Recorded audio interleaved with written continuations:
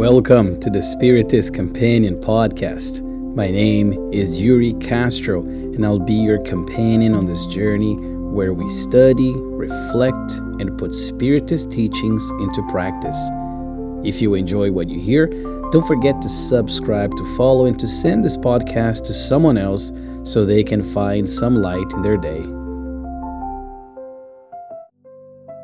Today we're going to be talking about a concept that we find in the book The Gospel According to Spiritism by author Allan Kardec, relating to the good person. Who is this good person? Is it the one who never makes mistakes, or the one who fights every day to overcome himself or herself?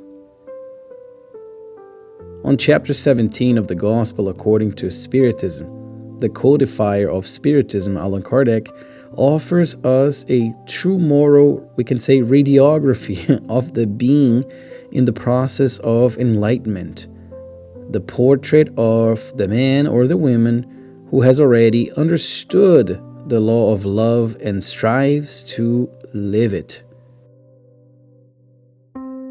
He begins this passage, my dear friends, by saying, "The truly good person is the one who complies with the laws of justice, love, and charity in their highest degree of purity." So he's talking about somebody who is complying with the laws of justice, love, and charity. So he's bringing three concepts here, three pillars we can even add. And the person, the good person, is complying with those laws of those three pillars with their highest degree of purity. It is the essence of Spiritism, of Christian morality even, not a fear of punishment nor the search for merit, but the sincere desire to do good, because goodness already lives in everyone's hearts. The good person is not this untouchable saint. It is someone who makes an effort, who recognizes their imperfections, but does not settle into them. As we talked about this before in another episode, the Gospel According to Spiritism always reminds us that the true Spiritist, of course, those who adopt the label of Spiritist, is recognized by his moral transformation and by the effort that they make to overcome his or her bad inclinations. That phrase by Kardec is the thermometer of spiritual progress. In other words, how much are we putting into our moral transformation? How much effort are we making to overcome our bad inclinations? In the Spirit's book, question 919, Allan Kardec is going to ask, what is the most effective means for improving oneself in this life and resisting the attraction of evil? And of course, this ties right back to this idea of overcoming our bad inclinations. And the spirits are going to say, a wise man of antiquity has said, "Know thyself." So the good person begins by looking within. That person does not fear his or her own shadows because they know that there is where liberation begins. In the Gospel According to Spiritism, we also learn that if they examine their conscience concerning their own actions, they will ask themselves if they have violated those laws. And Kardec here is referring to those laws that we talked about before, the laws of justice, of love, of charity. And then he's going to continue by saying, if they have practiced any evil, if they have done all the good that was possible. So he's putting a lot of responsibility into this good person to do all the good that is actually possible. Therefore, my dear friends, this daily self-examination becomes our moral compass, We can ask ourselves, was I just today? Was I useful today? Did I make someone happier? Did I give in to impatience, perhaps?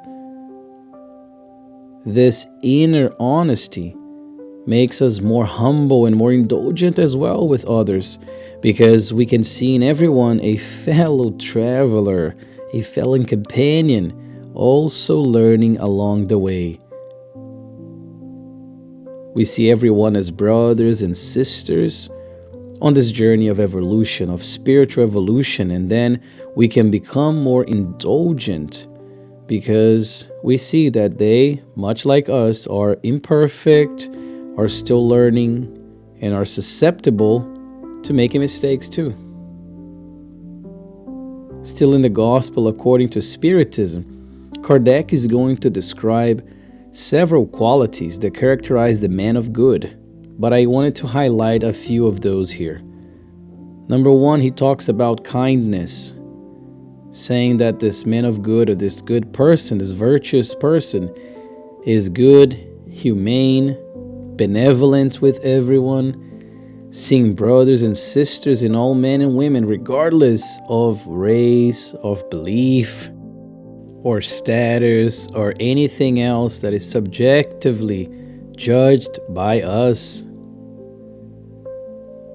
Number two, indulgence. That's another quality as well, that this virtuous person, this good person, does not seek others' faults.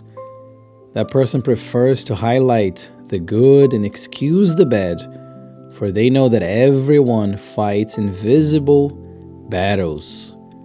I love that sentence, that popular sentence that says, everyone you meet is fighting a battle you know nothing of. And that is very much true. If we come with that look, we will see others in a whole different light. We're going to be more indulgent. Number three, justice. The good person respects others' rights, and if they have power, they use it with fairness and mercy. Number four, humility. The good person knows that all superiority, earthly superiority, is temporary, and that true greatness lies in serving, lies in doing what our Master Jesus has done so well, which is to serve everyone.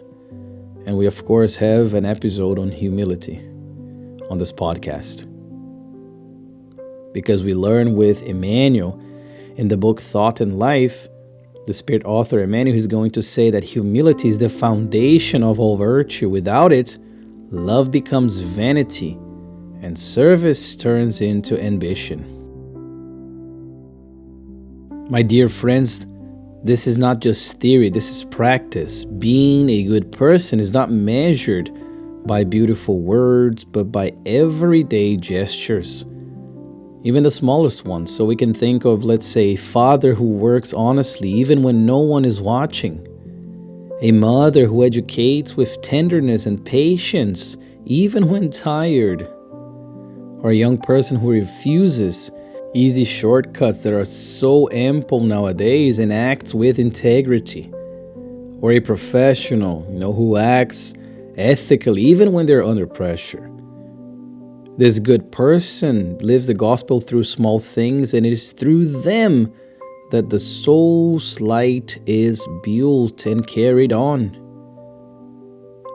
The Spirit author Joanna de Angelis, who wrote Through the Hands of Divaldo, warns us that spiritual evolution does not happen through great leaps, but through small attitudes repeated with love.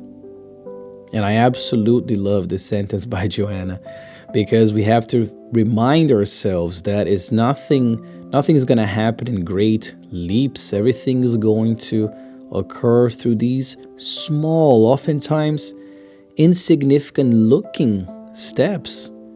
But these repeated steps, these repeated attitudes, when we do them with love, that's when our evolution is going to continue to carry in a pace that we want. It is a mistake to think that this good person or this virtuous person does not suffer. On the contrary, that person faces many struggles, both external, more easily observable perhaps, and as well as the internal struggles. But they face them with serenity, with faith.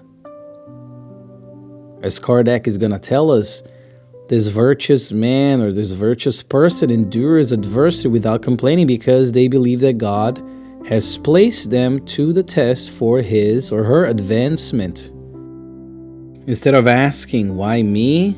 They ask, what for? And I think these two questions can change our entire outlook, because we can transform suffering into lesson, pain into patience, and every fall into a new beginning. And as usual, I wanted to bring some practical applications of this knowledge. So number one, I'm going to recommend that we practice indulgence. When faced with someone's mistake, instead of judging, let's think, if it were me, I'd want to be understood. Number two, to give thanks and to serve. So each day performing perhaps one conscious act of gratitude and another conscious act of service. A thank you, a smile, a discreet act of help. These are seeds of goodness. And number three, reflecting before we actually go to sleep. So asking ourselves, what today brought me closer to being a person of good? This daily reflection is the beginning of our inner transformation. My dear friends, this good person is the ideal of the ascending spirit, but this is not a distant model, but a daily invitation to transformation. So may we seek this ideal. May our eyes, our words, our hands become instruments of peace. And when we fall, for we still will fall, may repentance lead us to humility and to a new beginning.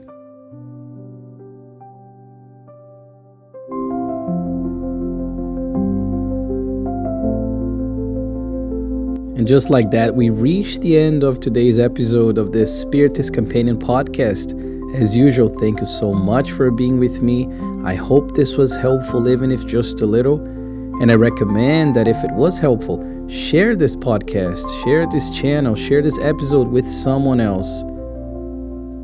May Jesus bless and inspire us, my dear friends, to become little by little each day men and women of good. With fraternal love, your Spiritist Companion.